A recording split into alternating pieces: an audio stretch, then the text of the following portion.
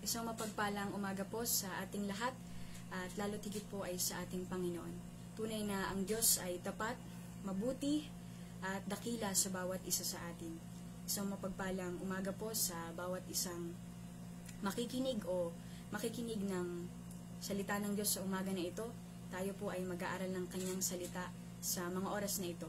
Pero bago po iyan, ako po si Sister Charity Faith P. Riquentel from DFC Poblacion, Torrijos, Marinduque, under po ng Pastor Alex A. Riquentel at sa pangunguna po ito ng Pastora Masaredo Quijada, Rebecca Masaredo Quijada po.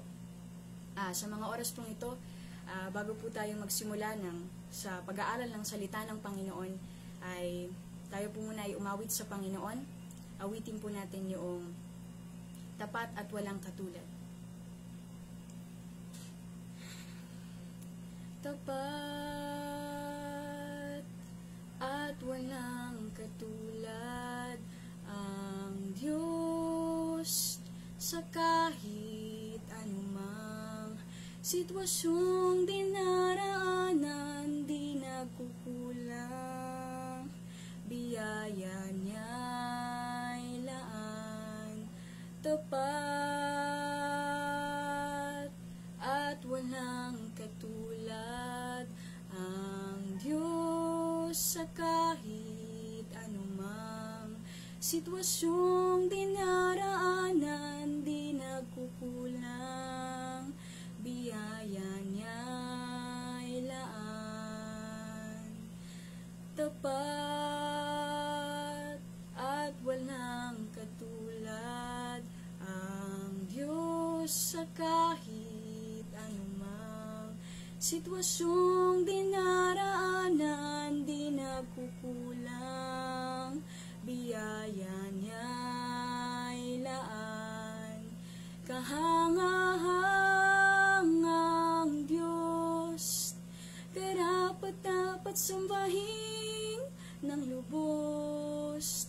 Mga kamay itinataas, patunay na di niya iniwan, at tanda ng pagsuko ng aking buhay sa Diyos na walang kapantay. Kahangahangang Diyos, karapat-dapat sambahing lubos.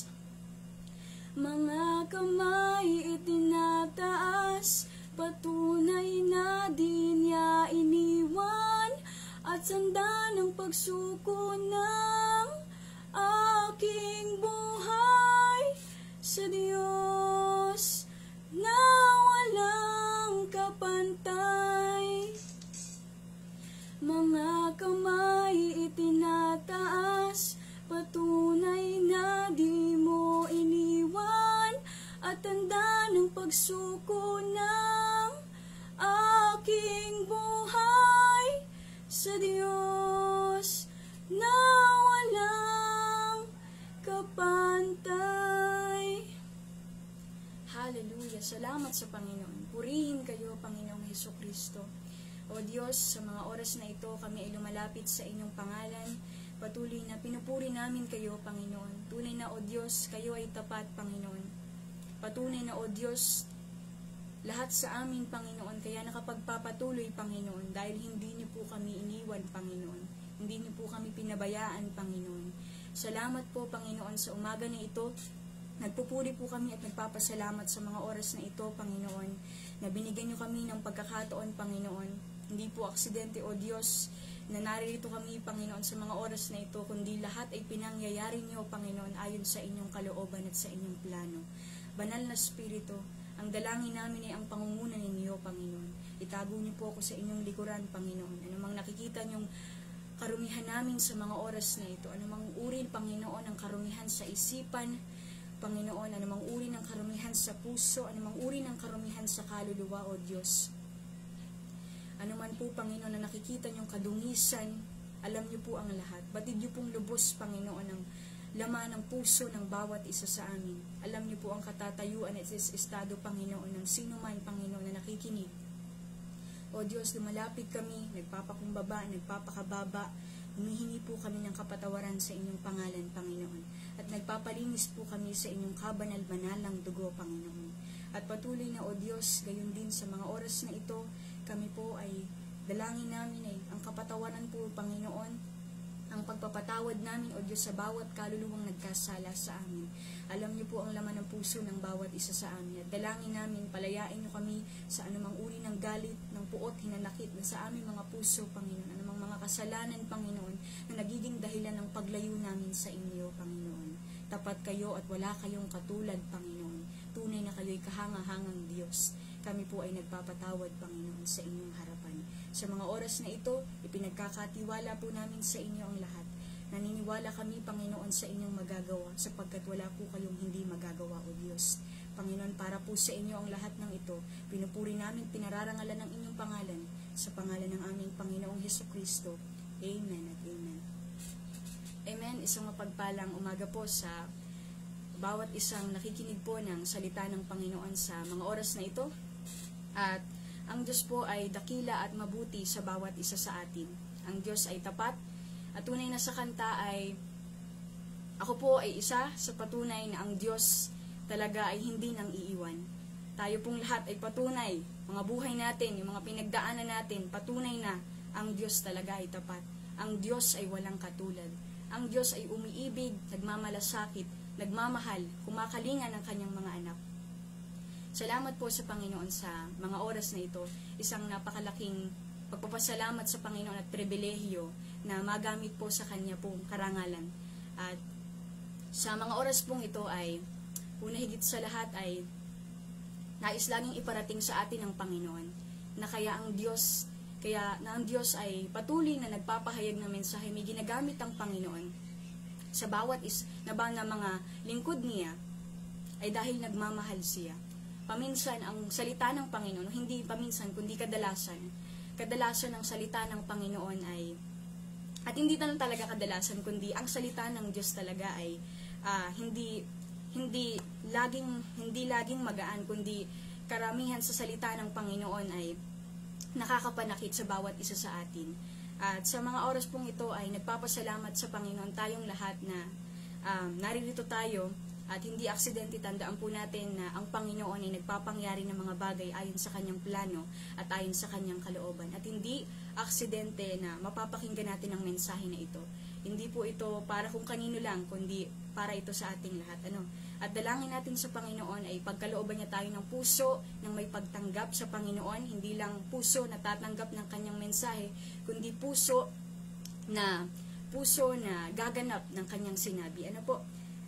Tayo pong lahat ay, kung meron po kayong banal na aklat o banal na kasulatan, salita ng Diyos or Bible po, ay inaanyahan ko po ang bawat isa na mga kapatid natin sa Panginoon na patuloy na samahan niyo po kung makipagbukas sa aklat po ng Pahayag.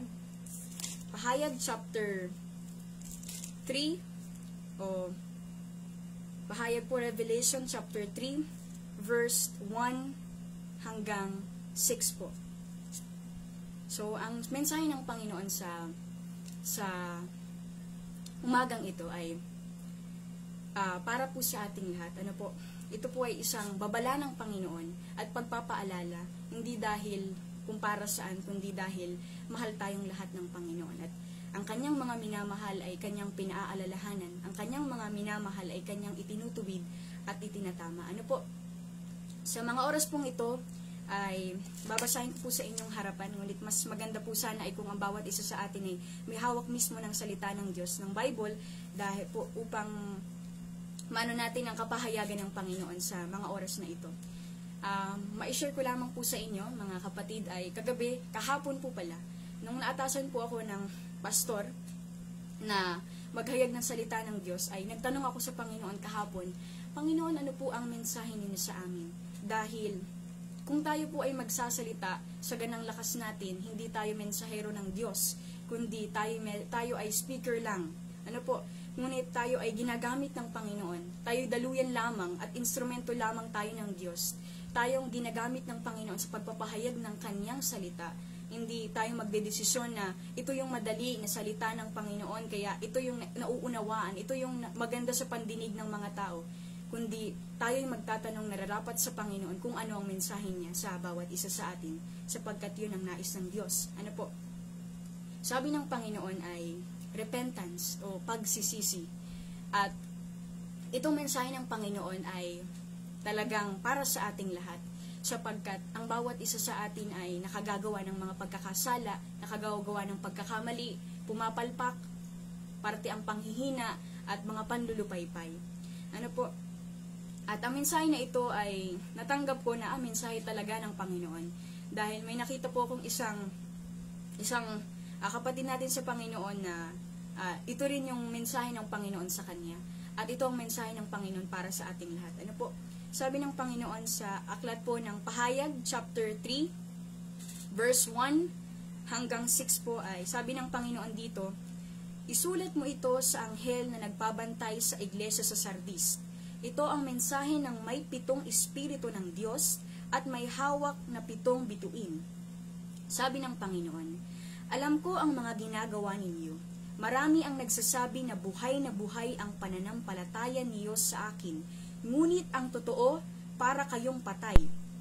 Sabi ng Panginoon, gumising kayo at pasiglahin ang natitira ninyong pananampalataya para hindi tuluyang mamatay.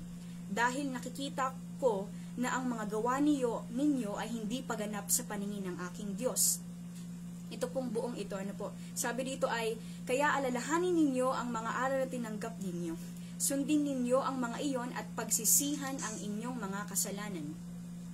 Sabi po rito, kung hindi kayo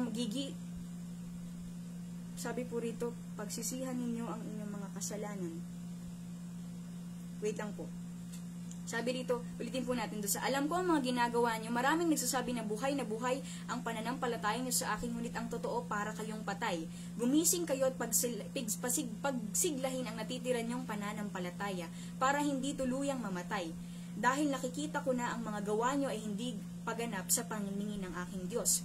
Kaya alalahanin ninyo ang mga aral na tinanggap ninyo. Sundin ninyo ang mga iyon at pagsisihan ng inyong mga kasalanan. Kung hindi kayo gigising, darating ako sa araw na hindi ninyo inaasahan, tulad ng isang magnanakaw na hindi ninyo alam kung kailan darating. Sabi rito, ngunit may ilan sa inyo riyan sa Sardis na hindi nahawa sa masamang gawain ng iba.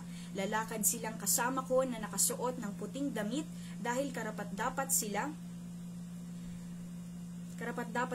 Ang magtatagumpay ay bibihisan ng puting damit at hindi ko aalisin ang pangalan niya sa aklat na listahan ng mga taong binigyan ng buhay na walang hanggan. Ipapakilala ko sila sa aking Ama at sa kanyang mga anghel na sila ay mga tagasunod ko. 6. Kayong nakikinig, pag-isipan ninyong mabuti ang sinasabi ng banal na Espiritu sa mga iglesia. Amen. Purihin po ang Panginoon sa kanyang mensahe sa mga oras na ito. At ang mensahe ng Panginoon, ang pagpubuod lamang ng Panginoon sa mensahe niya ngayong umagang ito ay, alam ng Diyos at batid ng Diyos ang lahat. At nais ng Panginoon na pagsisihan natin ang ating mga kasalanan. Yun po ang pinakabuod ng ating pag-aaralan sa mga oras na ito. Ito po ay sisulat para sa iglesia sa Sardis, na sulat ng Panginoon sa bawat isa sa atin ngayon. Hindi po ako exempted dito, kundi tayong lahat po ay para sa ating lahat ang mensahe na ito. Ano po?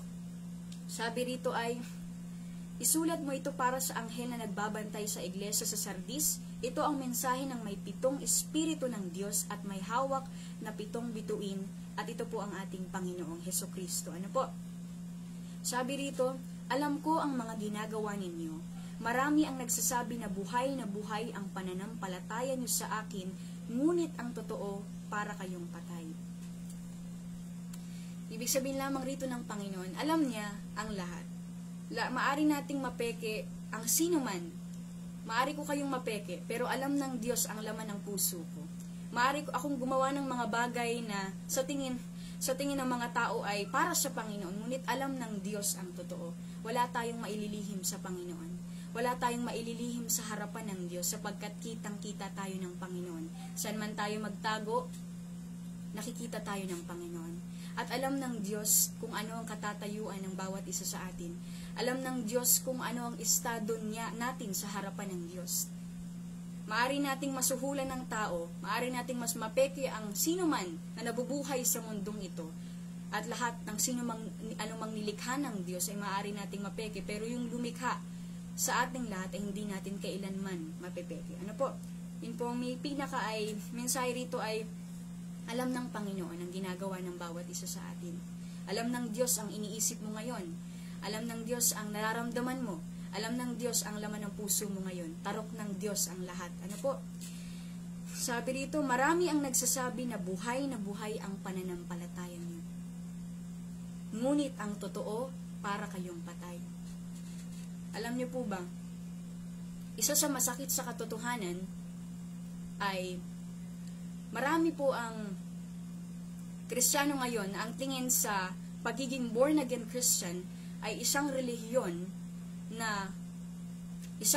hindi po relihiyon ng born-again. Ang born-again ay hindi isa siyang samahan lang, kundi kailangan nating ma-born again, sabi ng Panginoon sa kanyang mga salita. Kailangan talagang maipanganak ng muli para mapabilang sa kaharian ng Diyos. Ano po? Maraming ang tinitingnan ngayon ng tao, ang Christian ay yung nagsisimba linggo-linggo. Kung wala naman tayong relasyon sa Panginoon, hindi naman tayo dadalo linggo-linggo. Ano po ba? Ang nais ko lang sabihin ay, at nais lang iparating ay, hindi lahat po ng mga taong nasa simbahan ay lahat ay totoong pumupunta o nagsisimba ay para sa Diyos. Hindi lahat ng nakikita natin na mga bagay-bagay ay totoo. Ang totoong nakakaalam lang ng totoo ay ang ating Diyos. Ingatan natin na yung ating paglilingkod ay paglilingkod para sa ikalulugod ng tao. Tandaan natin, tayong mga itinawag bilang maging lingkod ng Panginoon, lingkod ng Diyos, hindi tayo lingkod ng tao. Hindi tayo naglilingkod para makita nila na ganito si sister, ganito si brother. Matatag ang pananampalatayan yan sa Panginoon. Alam ng Diyos ang totoo. Sabi ng Panginoon dito, marami ang nagsasabi na buhay ang pananampalataya niyo sa akin. Ngunit ang sabi ng Diyos, ang totoo para kayong patay. At ang sabi ng Panginoon dito, gumising kayo at pagsiglahin ang natitira ninyong pananampalataya. Ako po, personally, alam ng Diyos ang mga nangyayari sa buhay ko. Alam ng Diyos ang kinatatayuan kong sitwasyon sa mga nakaraang mga panahon at oras. Salamat sa Panginoon, salamat sa katapatan ng Panginoon. Hindi niya ako pinanatili sa estado na mukha akong peke sa kanyang harapan. Makikita ng tao, lagi kang nagsisimba, ito'y gumagawa ka ng mabuti, ginagawa mo ito, pero alam ng Diyos yung totoong motibo mo at intention mo kung bakit mo ito ginagawa. Kung ginagawa mo ba talaga ito'y para sa Panginoon, o ginagawa mo ito'y para malugod ng tao sa iyo, o para maiparangalan ang sarili mo. Sabi ng Panginoon dito, gumising kayo at pasiglahin ang natitira ninyong pananampalataya. Kaya kailangan natin laging kumonekta sa Panginoon. Kumonekta sa Panginoon para hindi tayo manatiling patay. Dahil dumarating yung mga panahon ng panghihina, panlulupaypay, at nagmumukha tayong peke sa harapan ng Panginoon pag nagsimula na tayong magduda. Nagsimula na tayong mawalan ng pagtitiwala sa Panginoon. Pag nagsimula nang mawalan yung alab ng unang pag-ibig sa Diyos, mawalan na tayo ng koneksyon sa Diyos. Kaya lagi dapat tayong kumonekta sa Panginoon. Alam ng Panginoon yung katatayuan at estado natin sa harapan niya. Alam niya kung totoo ba yung ginagawa natin na para sa Kanya yon, o para bang ginagawa na lang natin ito na parang obligasyon na lang. Nung mga unang pag-ibig natin sa Panginoon, kayo ang nakakaalam niyan at ang Diyos. Kasi nung sa unang pag-ibig natin sa Panginoon, yung first love natin sa Panginoon, alalahanan natin yung mga panahon na ginagawa natin yung mga bagay kasi mahal natin ang Diyos. At hindi yun nung una lang, kailangan hanggang sa ngayon, nakikita ng Panginoon na kaya tayo gumagawa, kaya tayo naglilingkod ay dahil mahal natin ang Diyos. Ano po, sabi ng Panginoon, gumising kayo at pasiglahin ang natitira niyong pananampalataya para hindi tuluyang mamatay. Kung parang sa tingin nyo ay para kayong patay, at alam natin sa ating mga sarili, pag tayo ay mainit at parang tayo nanliligamgam at parang tayo malamig. Alam natin yan at alam din yan ng Diyos. Kaya nga ang babala ng Diyos, sabi ng Panginoon nga sa aklat din ng pahayag, ayaw ng Diyos ng maligamgam. Sabi niya naman, ito isinulat naman ng Panginoon sa mga sulat niya sa iglesia sa Laodicea, ayaw ng Panginoon ng maligamgam. Nais sanang ikay maging malamig o mainit, alam ng Panginoon ang katatayuan ng bawat isa sa atin. At ang nais ng Diyos ay magsisi tayo sa harapan ng Panginoon. Ngayon, ano po, sa bawat mensahe na naririnig natin sa Panginoon, wag nating isipin na aksidente lang na narinig. Kahit sino pa ang naghayag niyan, makinig tayo dahil ito ang mensahe ng Panginoon. Sabi rito ay, dahil nakikita ko na ang mga gawa nyo ay hindi paganap sa paningin ng aking Diyos.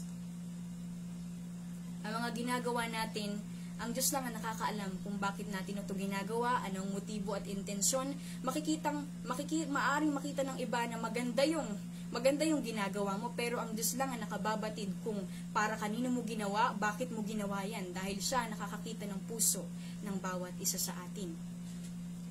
Ano po? Purihin ang Panginoon. Masakit ang mensahe ng Panginoon, ngunit nagmamahal ang Diyos, nagbababala ang Diyos sa mga nagmamahal, sa mga minamahal niya. Ano po? Ipatuloy natin, sabi ng Panginoon dito, kaya alalahanin niyo ang mga aral na tinanggap ninyo. Ayaw ng Diyos na maging patay tayo sa harapan ng Panginoon. Alalahanin po natin ang Diyos ay Diyos ng pag-ibig, ngunit ang Diyos ay Diyos din ng katotohanan, at tayo haharap sa Kanya pagdating ng panahon. Kaya ang panahon na ito ay panahon ng pagsisisi. Malapit nang dumating ang Diyos. At nais niya na sa pagdating niya, makita niya yung puso na may tunay na pagsisisi at tunay na pag-ibig sa ating Panginoon. Sabi dito, kaya alalahanin ninyo ang mga aral na tinanggap ninyo. Ito'y sinasabi ng Panginoon. Ano ba yung mga aral na tinanggap natin sa Panginoon? Wala po ritong sinasabi natin na, sabi dito, sundin ninyo ang mga iyon at pagsisihan ang inyong mga kasalanan. Ang pinupunto lang talaga ng Panginoon sa mga oras na ito ay magsisi tayo sa ating mga kasalanan. Magbalik loob tayo sa Panginoon. Ayaw ng Panginoon na makita tayo na maligamgam, malamig. Ayaw din ng Diyos na makita tayong patay sa Kanyang harapan. Nais ng Panginoon na pagsisihan natin ang ating mga kasalanan, isuko natin ang ating buhay sa Diyos ng buo. Ng buo. Sabi dito, sundin ninyo ang mga iyon. So, kung ano man yung ibinigay sa atin ng Panginoon na aral niya, ano man yung mga aral, mga salita ng Panginoon na ibinigay sa atin ng Diyos, sabi rito ng Panginoon, sundin ninyo iyon.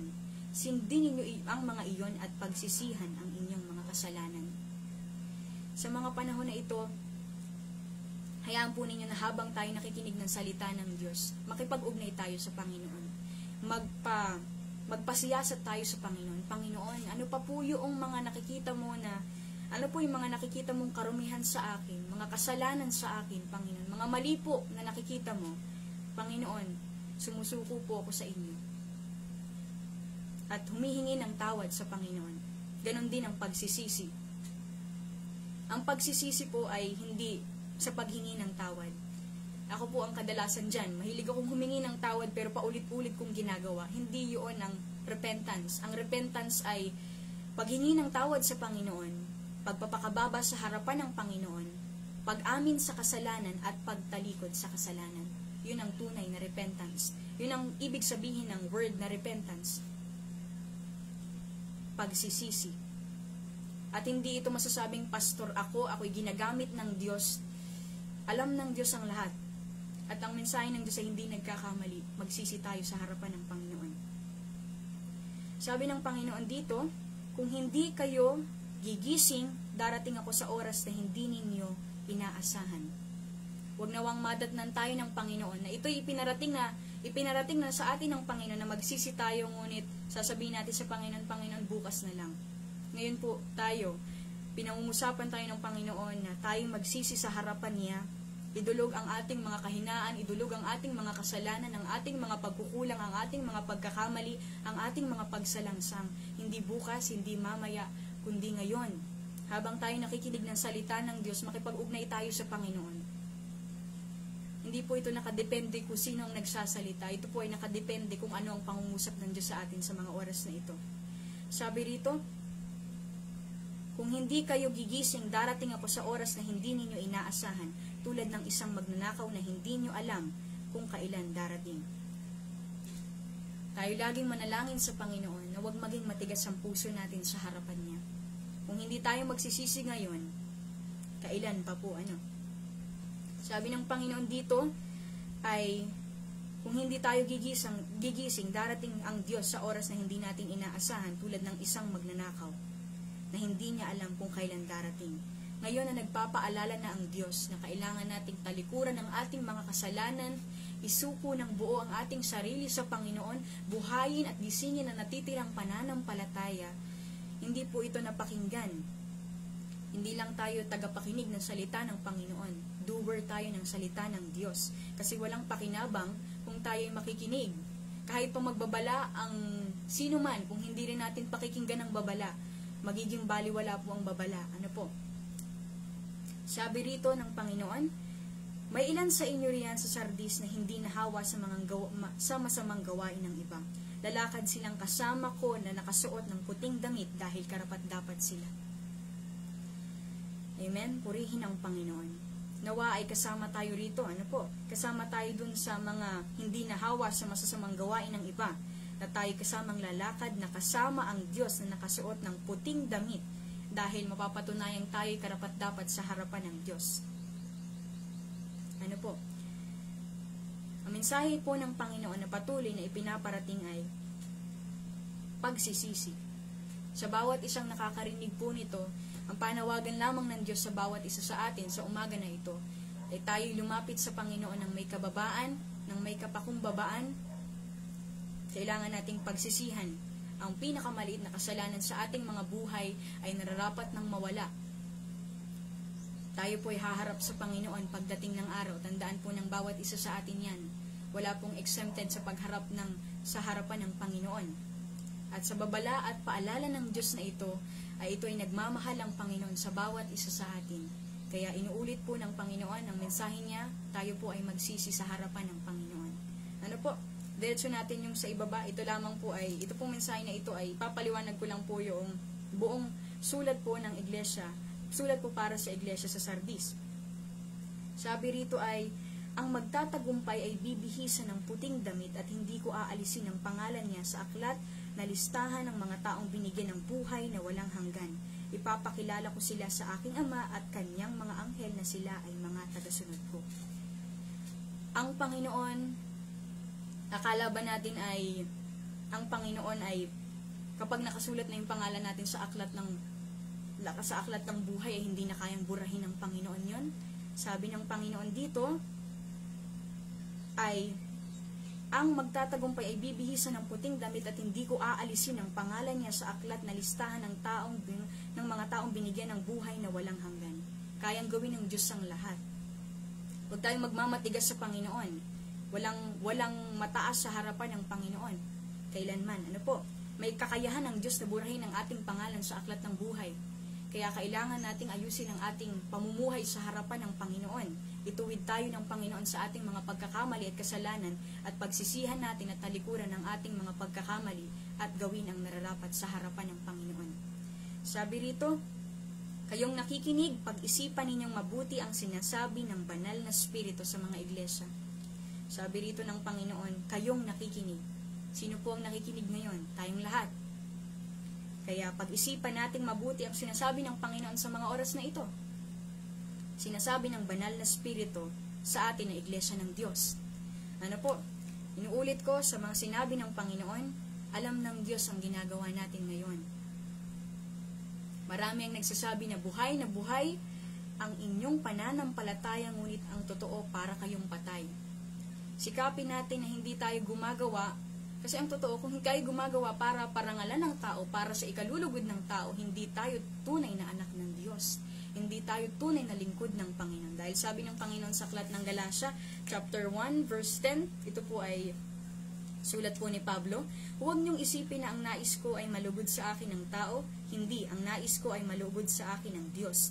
Kung ikalulugod ng tao ang hinahanap ko, hindi ako tunay na lingkod ng Diyos. Ano po?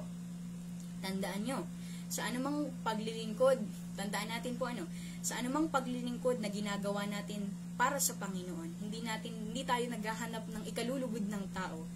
Kasi kung tayo ay naghahanap ng ikalulugod ng tao, hindi tayo totoong lingkod ng Diyos, kundi tayo ay mga man's pleaser or mga people's pleaser, at ayaw ng Diyos nun. Tayo naging lingkod ng Diyos para maging lingkod ng kataas-taasang Diyos. Hindi tayo nakatuon sa sasabihin ng mga tao, sa sasabihin ng sanlibutan, kundi ang ating iniintay at pinagtutuunan ng pansin ay ang sasabihin ng Diyos sa bawat isa sa atin. Ano ang masasabi ng Panginoon? Hindi ang masasabi ng tao. Ano ang masasabi ng Diyos sa ating lahat? Ano po? Ang nakakatakot, mas takot pa tayo sa tao kaysa sa Diyos. Paminsan ay mas natatakot tayong sa masasabi ng tao kaysa sa masasabi ng Diyos. Tandaan natin, uulitin po sa atin ng Panginoon, inuulit sa atin na tayong lahat ay haharap sa hukuman ng Diyos. Ano po? Tayo man ay, ano man ang katatayuan natin sa paglilingkod, pastor, ebanghilista, apostol, tayo manggagawa ng Panginoon, lahat ng tao ay haharap sa harapan ng Panginoon. At wag nawang madatnan tayo ng Diyos na patay sa pagdating niya. Ano po? Kaya sabi rito ng Panginoon, ang babala ng Diyos sa ating lahat ay huwag tayong maging patay at maging peke sa harapan ng Panginoon. Kung tayo may maligamgam, nanghihina, nanlulupaypay, ito ang mensahe sa iyo ng Panginoon. Mensahe para sa atin ng Panginoon. Mahal na mahal niya tayo. Kaya niya ipinarating yung mensahe na ito dahil ayaw kanyang mapahamak. Ayaw niya ni isa man sa atin ng mga nakikinig at makikinig pa lamang ng mensahe na ito na mapahamak. Tayo ang pumipili na mapahamak tayo. Ano po? Pinipili nating lumayo sa Panginoon. Hindi ang Diyos ang nag-uudyok para lumayo tayo sa Kanya. Kailan may hindi gagawin ng Diyos yun. Tayo ang lumalayo sa Panginoon. Sabi ng Panginoon din dito, gumising kayo. Gumising tayo. At pagsiglahin ang natitira ninyong pananampalataya. Mga kapatid, kung sa panahon na ito, dinudumog tayo ng pagsubok, pandaraya ng kaaway, mga anumang pagsubok na dumarating sa ating mga buhay, tandaan natin, anumang pagsubok na dumarating sa ating mga buhay, tayo mahal na mahal ng Panginoon. Amen. Mahal na mahal tayo ng Diyos. Dumarating ang mga unos, ang mga mabibigat na mga pagsubok, dahil may layunin ng Diyos. At ipapaalam din natin yun. Ipapaalam din sa atin ng Diyos kung bakit niya pinahintulutan na mangyari yung mga bagay na yon, sapagkat siya'y may layunin at nagmamahal sa atin. Ano po? Hindi gagawa ang Diyos para sa ikapapahamak ng bawat isa sa atin, lagi itong gagawin para sa kanyang pangalan at para sa ikabubuti ng bawat isa sa atin. Para hindi tayo tuluyang mamatay, tayo ay lumapit sa Panginoon. Para hindi tayo tuluyang manlupaypay, tuluyang bumitaw sa Panginoon, lumapit tayo sa Panginoon ngayon. Sabi rito, ginagawa ay hindi paganap sa paningin niya. Darating ang araw na haharap tayo sa Diyos. At ang sabi niya ay, ayun, bigla pong umalis yung ano po. So, tayo po ay pinapatigil na ng Panginoon. Tayo po ay lumapit muna sa Panginoon ngayon. Pagbubuod lang po ng mensahe ng Diyos sa mga oras na ito ay, alam ng Diyos ang totoo. Nagmamalasakit ang Panginoon, minamahal tayong lahat ng Diyos. Dahil kung hindi ka mahal ng Panginoon, hindi mo maririnig ang mensahe na ito. Mahal na mahal tayong lahat ng Panginoon. Ang Diyos ay nagbababala, ang Diyos ay nagpapaalala dahil siya ay nagmamahal. Alam ng Diyos ang totoo, alam ng Diyos ang lahat. Wala tayong maipagmamalaki sa harapan ng Panginoon at wala tayong maitatago sa harapan niya. Tayo pong lahat ay lumapit sa Panginoon sa mga oras na ito. Tayo po ay lumapit sa Panginoon at tayo po ay magpakababa. Saan man po kayo naroroon, ay naway tayo pangunahan ng Panginoon sa pananalangin. Tulungan tayo ng Panginoon na maintindihan natin yung tunay na kabuluhan at kahulugan ng pagsisisi sa kanyang harapan. Itong mensahe ng Panginoon sa iglesia para sa iglesia ay sinulat para sa iglesia ng Sardis ay sinulat ng Panginoon para sa ating lahat ng mga mananampalataya niya. Alam ng Panginoon ang katatayuan ng bawat isa sa atin ngayon. Alam din ng Diyos kung ano ang sitwasyon mo ngayon. Nananampalataya kami, Panginoon, sa inyong pangalan. Lumalapit kami sa inyong harapan. Ama, nagpapakababa kami, lumalapit sa inyong dakilang pangalan. humihingi po kami, Panginoon, ng kapatawaran. Alam niyo po ang mga nangyari sa amin. Alam niyo po, Panginoon, ang mga sitwasyon na pinagdaanan namin, Panginoon. Alam niyo po, Panginoon, ang mga bagay na nagiging distraksyon at hadlang, Panginoon, sa paglapit namin sa inyo, Panginoon.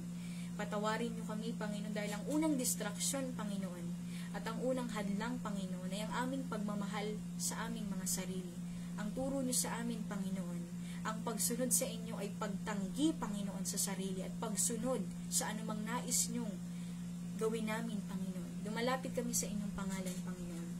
Banal na Espiritu, kami po, Panginoon, ay inyong pangunahan, O Diyos, sa pagdulog sa inyo.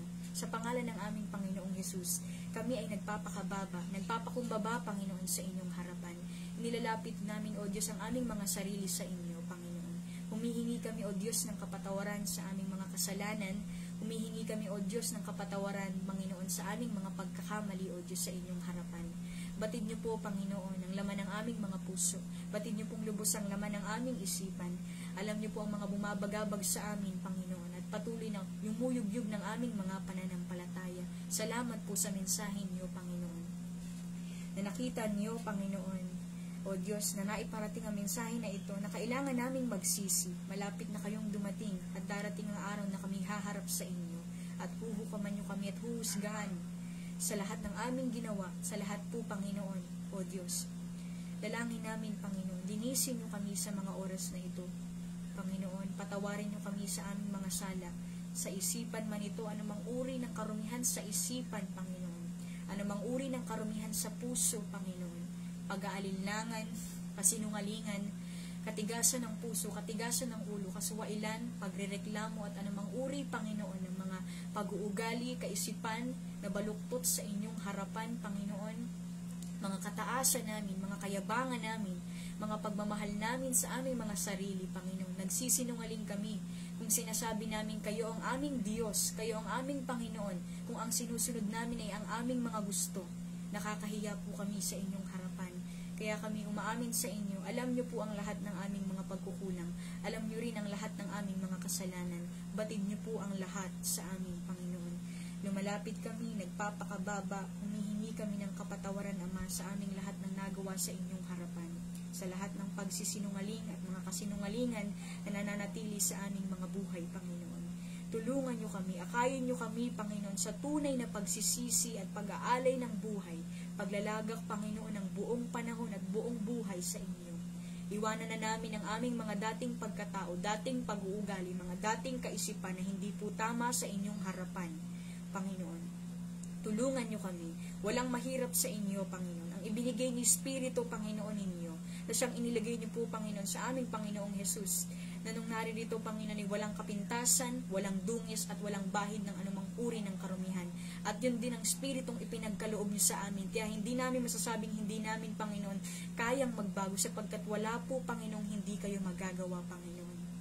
O Diyos, baguhin niyo kami sa inyong harapan.